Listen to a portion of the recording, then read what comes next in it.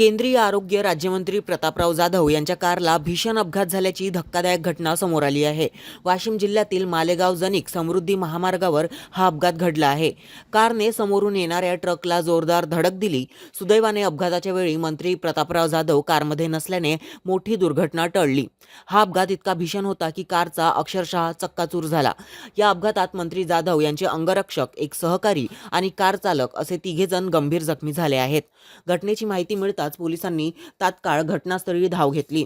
जखमी तिघांना तातडीने वाशिम येथील एका खासगी रुग्णालयात दाखल करण्यात आले आहे।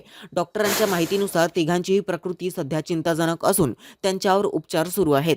अपघातावेळी केंद्रीय मंत्री प्रतापराव जाधव यांना नागपूर विमानतळावर सोडल्यानंतर कार मेहकरच्या दिशेने जात होती।